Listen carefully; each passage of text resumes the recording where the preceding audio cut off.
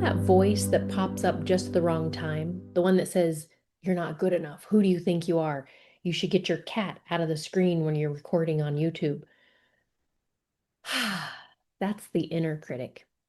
And if it were a person, let's be honest, you probably wouldn't hang out with them. Hi, I'm Dr. Heidi Heron from the Worldwide Institutes of NLP. And today we're unpacking that pesky, persistent voice in your head, where it comes from, what it's trying to do, and how NLP and mental health coaching can help you change the script once and for all. Let's start here. The critical voice, you weren't born with it. Babies don't look into the mirror and think, wow, my thighs are really chubby, and I should really be more productive. They love themselves. They're pure, they're present, they're pure curiosity, they're pure self acceptance, they're pure love. But over time, we pick things up from parents, from teachers, from media, family. Moments where we were shamed or scolded, compared, or just didn't feel enough, or felt like other people knew more than we do. And those moments become internalized. Yeah, internalized. So now, instead of hearing someone else's disapproval, your own mind plays it on loop. It's like a greatest hits album no one asked for. But here's the thing, your inner critic isn't actually trying to ruin your life, it's trying to protect you in a very outdated way. Maybe it thinks that criticizing you will motivate you, or keep you from being rejected, or stop you from taking risks that might fail, or stop getting critical feedback from having a cat on your lap.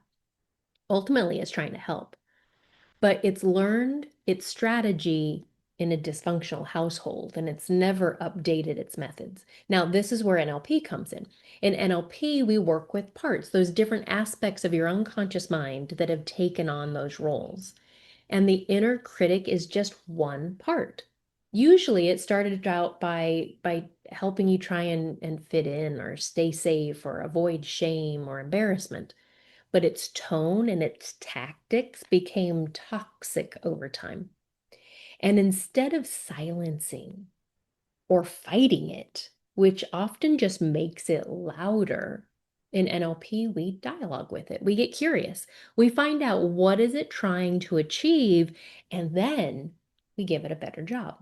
Let me give you an example. Recently, I worked with a client whose inner critic was brutal.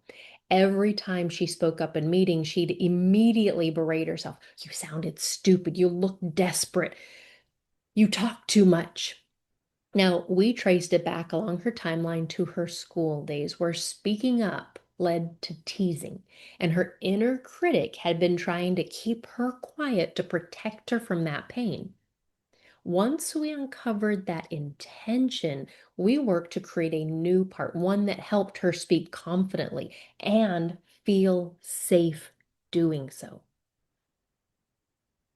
Not by shutting down the critic, but by upgrading it, installing new software. This is what I love about NLP. It's not about forcing positivity. It's about changing the structure of the self-talk, the tone, the timing, the message, so that your mind becomes a safer place to live. So that your mind becomes a safer place to live. Ah, Jeff, Kristen Neff, a pioneer in self-compassion, has a great quote. She says, self-criticism asks you what's wrong with you. Self-compassion asks what happened to you. What's wrong with you versus what happened to you. Isn't that beautiful? Because that's what the inner critic misses: context, humanity, growth. In therapy, we often bring the idea of reparenting, learning to speak to yourself the way that you should be spoken to or spoken to, with kindness, encouragement, and patience. And in mental health coaching with NLP, we help you practice that new voice, not once, but consistently until it becomes familiar, until it becomes you.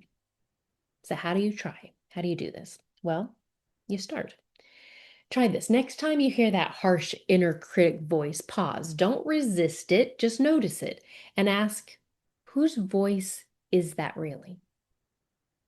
What is it trying to protect me from? And what would I say to a friend in this moment? And then try saying that to yourself, even if it feels weird, even if it feels awkward, even if you don't quite believe it yet. That's okay. You're not trying to fake it, you're training it. Your brain, your language, your identity, they all adapt over time. And the more practice you get to create new. You get to practice and create gentle truth over harsh judgment. And the more you do that, the more it becomes your new normal. If your inner critic has been running the show and you are ready to change the tone, not just silence it, but transform it, you can find an NLP trained mental health coach at nlpcoachfinder.com. Now, you don't have to do this alone, and your mind can be a softer, safer place to be. So from here, if this video resonated, if you like it, subscribe to the channel, like the video, share it with someone who deserves more kindness, especially from themselves, because that inner critic doesn't have to have the last word. You do. I'll see you next time.